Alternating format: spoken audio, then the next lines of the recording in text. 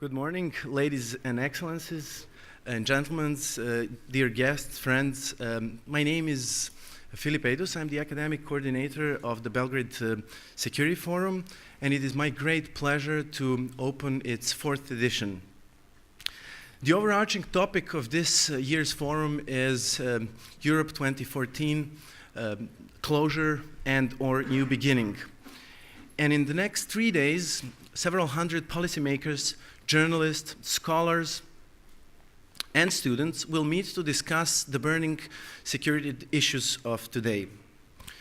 However, our task here at this academic pre-event is going to be to provide some sort of reflective foundation for discussions of today, tomorrow, and the day after tomorrow. And our goal is going to be somewhat different than the goal of discussions of tomorrow and the day after tomorrow. We are going to actually study how collective memories are implicated in the making of world politics and international security.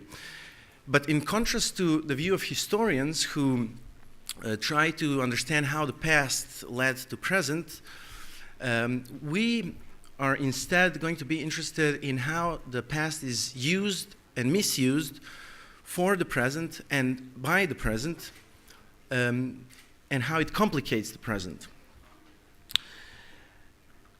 I'm also very pleased to introduce our keynote speaker, Professor Iver Neumann, who is going to talk today on the subject which is intriguingly entitled, I Remember When Russia Was a Great Power. I assume that for many of you, Iver Neumann doesn't need a special introduction, as you're quite familiar with his work, but I will nevertheless not break the good old tradition, and I will try to summarize his extraordinary and very fruitful career in a few sentences, which is going to be a very difficult and selective task. Professor Neumann is a Montague Burton Professor of International Relations at the London School of Economics and Political Science, and he's also a researcher at the Norwegian Institute of International Affairs. His most recent work is At Home with Diplomats inside the European Foreign Ministry, as well as Diplomatic Sites, a Critical Inquiry. His earlier work, such as The Uses of the Other, the East in European Identity Formation, as well as his book on Materiality, Meaning, and Power, The Introduction to Discourse Analysis, was previously published and translated to Serbian language, so I assume that many of you are familiar with these books. His current projects include a work on historical sociology on the Eurasian steppe with Nirwegian, as well as a book on diplomacy for Hearst. His lecture today, entitled I Remember When Russia Was a Great Power, I think is an excellent beginning of the Belgrade Security Forum. I hope it will instigate discussions, not only today, but also tomorrow and the day after tomorrow, when Professor Neumann is going to teach doctoral seminar for a selected group of doctoral students at the margins of this conference. Without further ado, I invite you to join me in welcoming Professor Neumann.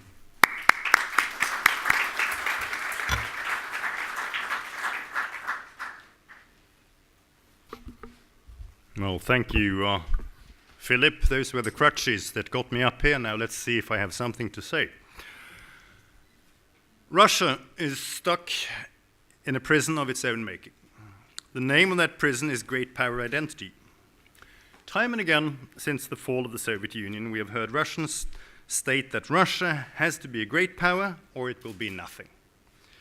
In this lecture, I will simply lay out to you how this claim has been made consistently by Russians now for half a millennium. When people shout about their status, one immediately knows that that status is insecure. For people who are secure in the status, do not have to shout about it. As John Mearsheimer put the point in the criticism of the US invasion of Iraq, which he felt to be superfluous, if you're the biggest guy on the block, then why stand on the rooftops shouting about it? So we have to ask, why is Russia shouting? The reason that emerges from the story I tell you here, I think, is a simple one. The Russian state is weak.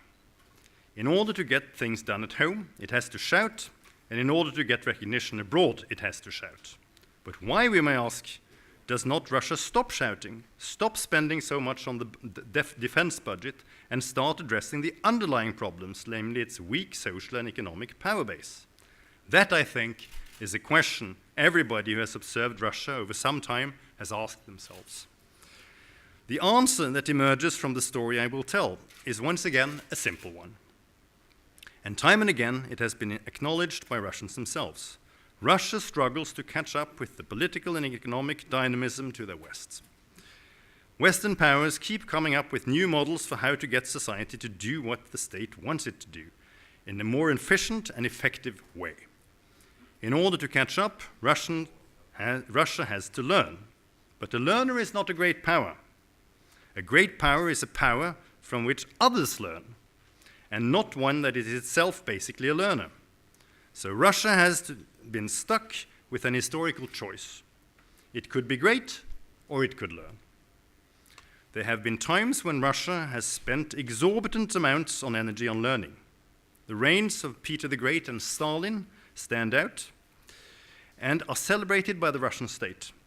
For then learning went straight into building greatness. The other historical period that stands out is 1985 to 2000.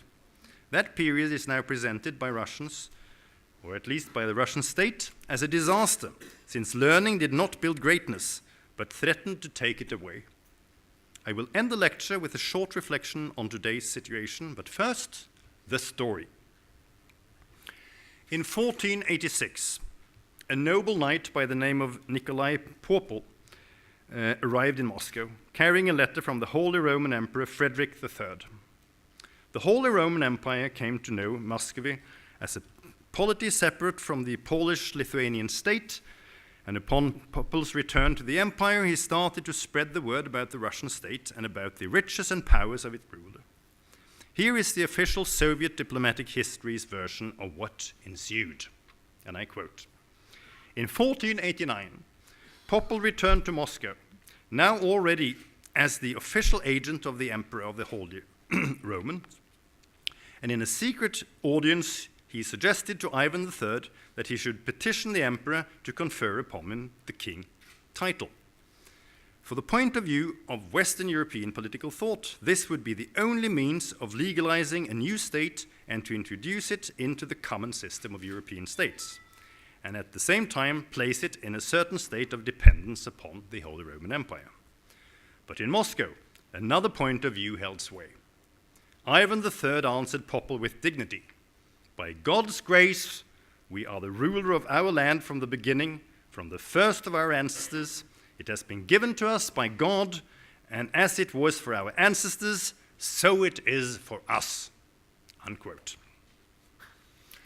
Ivan III insisted on signing his written answer to the emperor with the title, "Great Ruler of all the Rus, by God's grace." And for the next 3 generations, there ensued a tug-of-war between Russian and Western courts regarding titles.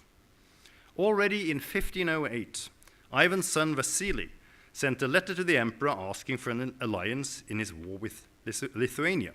And in 1514, the emperor, somewhat belatedly, things took time in those days, sent his envoy Georg Schnitzenpaumer back with an encouraging letter in German.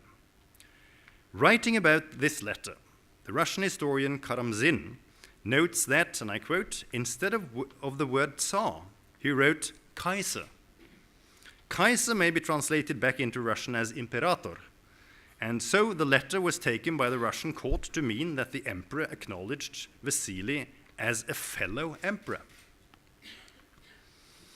In Maximilian's letter of 4th August 1514, however, where he confirmed an alliance against the Lithuanian king, there was no mention of the Russian king being a Kaiser. Russia was not satisfied in its quest for recognition as an empire. Of course, further west, this kind of recognition also goes on. But the point here is that from the very start of the series of modern meetings between Russia and Europe, Russia has craved to be acknowledged on a par with the leading European power. Now, this did not really work. For In the meetings, Russians insisted on, well, they went along with the handshaking that was necessary, but then they insisted on ritually washing their hands afterwards, having pressed the flesh of their Western guests, which did not go down very well with the Western visiting noblemen. Marshal Poe, in his standard work on the early Russian-European contacts, stresses that the Russian authorities nonetheless realized that diplomacy and mercantile relations with European powers were necessary accoutrements of great power status. So from the very beginning, it was a bone and contention between Russian and European rulers where in the hierarchy Russia should fit in, with Russia in principle aiming for a top position.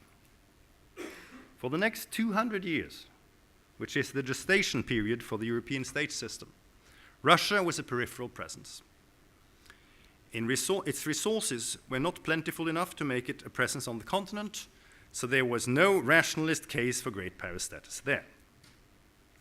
Constructivists would highlight that the principle on which legitimacy and recognition was sought, divine kingly sovereignty over territory, was the same in Russia and in Europe, and would draw attention to the doubt that ensued on both sides about whether the other party could be considered properly Christian. I would highlight how Russia's despotic regime marked it as barbarous in European eyes. Either way, although Russia made a principled bid for great power status, as seen from Europe, Russia was not a ranking power by a criterion used at the time, or indeed later. There were, however, cultural and organizational borrowings during this period, and these were speeded up and diversified under Tsar Alexei, 1645 to 1676. But it was, as we know, only during the reign of his son Peter the Great, thank you, that the self-conscious Europeanization was undertaken. Anisimov usually sketches out a tripartite journey for Russia into international society, and I quote, "The first step that Russia took into the Westphalian world of international relations was its participation in the First Northern War, a step dominated by the decision of 1654 on the subjugation of the Ukraine." So that was the beginning. The next step was taken in 1686 by the eternal peace with the Rzeczpospolita. And this is not only due to the way both parties largely proceed to draw up this treaty according to the Grendel standard of the day, but also because Russia at this time also succeeded in its long struggle to form an alliance with key powers. The third step, Anisimov argues, was taken hot on the heels of Peter the Great's embassy in the late 1600s, when he grasped the potential of alliance with states that his predecessors had considered untouchable for religious reasons, for his war against Sweden, Poland, Lithuania, and the Porte. His first attempt at playing the alliance game failed, however, and the ensuing war that was waged on the Porte was called to a halt at the Congress of Karlowitz, without Russia being present. And if you're not present, you're not a great power. These three 1600 steps all concerned Russia's maneuvering in the direction of a more central role within what, by century's end, had become the Baltic subsystem of international society. These steps were, however, not followed up by the increased recognition from the major polities making up the embryonic international society. An early example of Russia being recognized as a factor in a European disposition, but not being recognized as having a droit de regard, we have in Louis XIV's campaign to get Jan Sobieski on the throne of Poland-Lithuania. Poland, and particularly its Ukrainian part, was a key conduit between international society and Muscovy, as witnessed by the characteristically lagging translation of administrative literature. In the late 1670s, Russian overtures to Poland and Austria for help against the Porte failed, and in 1681 Russia has to sign the humiliating Treaty of Bakhchisarai. Drawing on rationalist arguments, historians universally stress the role of the Great Northern War from 1701 to 1721 in establishing Russia as a central player in international society. It was the war that broke out on the eve of the new century which really brought Russia in. It is also clear that Peter's reign marked a tremendous upsurge in Russia's standing. Russian Vice-Chancellor Peter Shafirov was keenly aware of the limits beyond which Western recognition did not stretch, however, and I quote him, "We know very well," Shafirov wrote, "that the greater part of our neighbors view very unfavorably the good position in which it has pleased God to place us, that they would be delighted should an occasion present itself to imprison us once more in our earlier obscurity, and that if they seek our alliance, it is rather through fear and hate than through feelings of friendship," unquote. Crucially, as seen by this key Russian statesman, Russia had the material power but lacked social mores required to be fully recognized. Shafirov should turn out to be the first in a long series of Russians who saw things this way. Shafirov's view was, furthermore, typical for his day, and it bears out very well the limits of material resources as a measure of great powerhood. During the 60 years that followed the Great Northern War, Russia became gradually more successful in being recognized as a worthwhile ally, a power entitled to participation in peace settlements and a power mentioned in treaties as a guarantor of the peace. Russia attended its first Congress at Soissons in 1728-30. In 32, Russia concluded an alliance with Prussia and Austria. And in the War of the Polish Succession, Russia, by dint, among other things, of having fielded an army of around 30,000 men, was definitely a player. Russia was conspicuously absent from the peace settlement, however, but came the 7 Years' War, known in the US as the French and Indian Wars. Russia was a key player in the basic change in alliance patterns that precipitated that war. On the rationalist criterion of objective resources and systems-wise reach, this is where Russia became a great power. By the end of the 7 Years' War, the Russian army was the largest in Europe.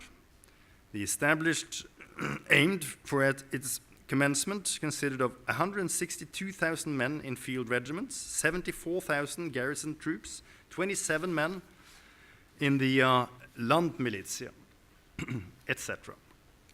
The 7 Years' War seems to be an important breaking point, also in the sense that Russia seemingly restrained its military campaign about short of crushing Prussia in order to keep that state in a shape where it could play a continuing important role in the working of the balance of power.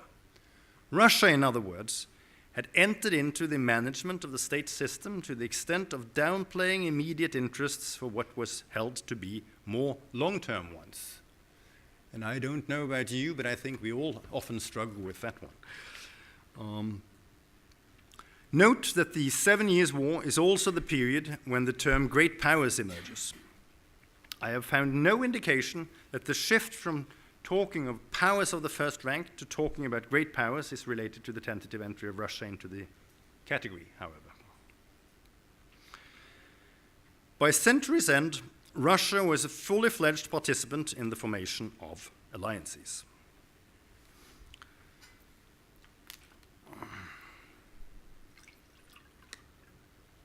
Then came the Napoleonic Wars. And at Vienna in 1815, Russia's role as great power was institutionalized. At this time, for the specific purposes of managing the system of states, being the military arbiter of Europe proved sufficient. Only 5 powers were given the right to have ambassadors extraordinary and plenipotentiary, and Russia was amongst those 5 powers. I note, however, that Russia experienced trouble with maintaining its great power credentials throughout what Eric Hobsbawm called the long 19th century, and that this may be accounted for by the factor of governance. As the American historian Paul Schroeder puts it, and I quote, "The common view that Russia enjoyed an enormous and growing power and prestige in Europe until the Crimean War broke out is a great exaggeration. After 1815, Russia never was the arbiter of Europe, or exercise the dominant influence in Germany that Catherine II or Paul I had enjoyed for a time, and the young Alexander I had aspired to.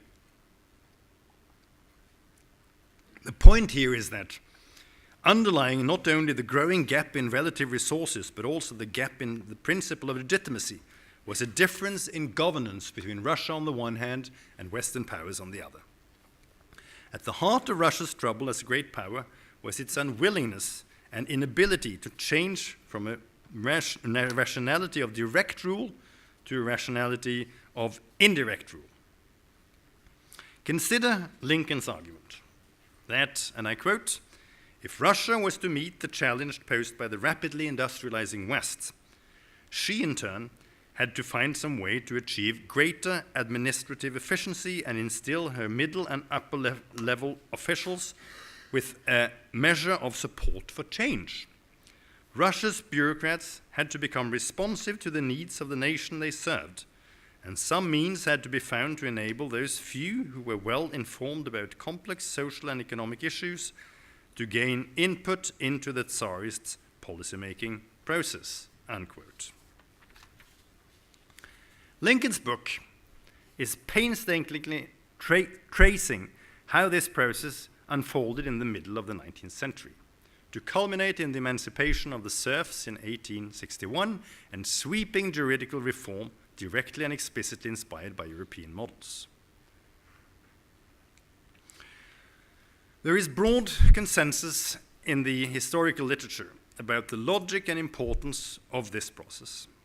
In terms of state-society relations, the problem was that Tsarist Russia simply did not have the social agents necessary to mediate between the state and the population at large, which meant that the necessary precondition for indirect rule by the state over society was lacking. Given the absence of self-government amongst the subjects, if the state decided to ease direct rule, there was an immediate danger that anarchy would ensue. Therefore, moves to indirect rule, which necessarily would engage the easing of direct rule, was precluded for Russia. Within Russia itself, there were key people who fully grasped the problem. Consider, for example, Grand Duke Konstantin Nikolaevich lament that, and I quote, "We cannot deceive ourselves any longer. We are both weaker and poorer than the first-class powers, and furthermore, poorer not only in material, but also in mental resources, especially in matters of administration," unquote. What the Grand Duke did not note, however, was that having someone like himself on top was exactly one of the things that made it impossible for Tsarist Russia to match the administrative system of the first-class powers. All that seemed to change with the Soviet Revolution. The story is well known, especially here in Belgrade, so let me recall what Stalin said in his celebrated metal speech from 1931. "Russia has always been the potential prey for surrounding powers. It has to be strong to withstand it." Sure enough, after the Second World War, the debate that we have touched on time and again in this lecture between the few who wanted to build a strong society and the many who wanted to build a strong state surfaced again, in the guise this time between the so-called tankists and economists like Yevsei Lieberman and Eugene Varga. The tankists won. The Soviet Union armed itself to death. Gorbachev made the rather curt observation, "It is possible to live this way. Tak nельзя жить," and abolished the Communist Party. Since the state was a party-penetrated state, with its spine gone, the state collapsed. The only organized force left to take over was the intelligence community. Let us see how they formulated the problem upon taking over in 2000. When Vladimir Putin addressed the nation at the millennium, he said that, and I quote, "Soviet power did not let the country develop a flourishing society which can be developed dynamically with free people. First and foremost, the ideological approach to the economy made our country lag increasingly behind the developed states. It is bitter to admit that, this is Putin anno 2000, remember? It is bitter to admit that for almost 7 decades we traveled down a blind alley which took us away from the main track of civilization. The experience of the 1990s vividly shows that the genuine and efficient revival of our fatherland cannot be brought about on Russian soil simply by dint of abstract models and schemata extracted from foreign textbooks. The mechanical copying of the experience of other states will not bring progress. Russia will not soon, if ever, be a replica of, say, the US of Great Britain, where liberal values have deep-seated traditions. For us, and again this is Putin anno 2000, the state, with its institutions and structures, always played an exclusively important role in the life of the country and its people. For the Russian, a strong state is not an anomaly, not something with which we have to struggle, but on the contrary, a source of and guarantee for power, as well as the initiator and main moving force of any change. Contemporary Russian society does not mistake a strong and effective state for a totalitarian one." Unquote. This is not good political analysis. Russia's standing as a great power must be in serious doubt. Russia's nuclear arsenal and what a realist would judge to be its sphere of influence count in its favor. So does the size of its armed forces, but the weight of this factor evaporates if we correlate for quality of personnel and equipment. Neither does Russia have an ability to project military power fairly far. It also falls short of most other material criteria, such as technological innovation, not to mention size of population and of gross national budget. Russia only has 2 assets of great powerhood: nuclear weapons and a sphere of influence. Nuclear weapons are not a fine-grained foreign policy instrument, but more of a marker of status and an insurance against attack. The sphere of influence becomes all-important for the upkeep of the Russian claim to greatness. This is where Georgia 2008 and Ukraine 2014 became such bad news for Russia. For Georgian and Ukrainian developments threatened the one active asset left of Russian great powerhood, namely the Russian sphere of influence. Furthermore, the immediate threat, change in political regime towards a Western model and consolidation of the polity around that regime, was the direct result of the attraction of the Western model, the very same model that threatens Russian powerhood. With Soviet and Russian power not directly present, the younger generation in Georgia and Ukraine turned west. The coming closer of the West was not the only threat to Russia seen from the Kremlin. What little there has been of opposition to Putin since he took over has been of a nationalist kind. The weakening of the Russian sphere of influence in Ukraine was not only a geopolitical threat, it was also a threat to Putin's legitimacy, for the very legitimacy principle in Russia is rooted in the leader being strong. Russian leaders shout their orders. Putin is seen instructing his ministers and others on the daily TV news program Vremya. Yes, these days there is really only one national TV program. Every night, Putin is shown flying with cranes, wrestling opponents to the ground bare-chestedly, diving and finding antiques in the Black Sea, and so on and so forth. A Russian leader has to be great in the sense of strong, no pushover, and one of the ways of doing that is to stand tall and take what one wants. The Crimea takeover is very popular in Russia. It is hardly popular anywhere else. So, we may add that Russia has done in Ukraine over the last months to the long series of occasions in Russian history where Moscow has given priority to being great instead of looking after its base for possible greatness. Since Putin's second term, sorely needed economic reforms have been kept at bay. Putin floats on the income from his fossil fuel deposits and on the popularity of his forward great power policy in Ukraine. This is dangerous stuff. The Ukrainian policy bring economic problems of their own in the shape of sanctions. More importantly, when oil prices fall, Putin has cooked down his options for staying great to one, show the flag abroad. To most Russians, this is convincing stuff. To most other people, it is completely historyless. With no attention spent on social and economic reforms, the only way the Russian state will get things done at home is by shouting, and the further they will lag behind other states, not only Western ones, but increasingly also China, where more room is available for social and economic entrepreneurship than it is in Russia. I remember when Russia was a great power.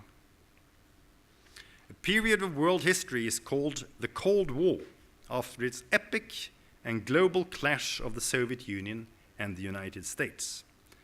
Places like Belgrade and my hometown Oslo were close to the European fault line of this conflict, which stretched north via the Fulda Gap divide in Germany and ended up on the Soviet-Norwegian border in the high north. Now, the fault line between Russia and everybody else is somewhere around Yalta, Bakhchisarai, and Donetsk. That, ladies and gentlemen, is what we call dethronization of a great power. Thank you.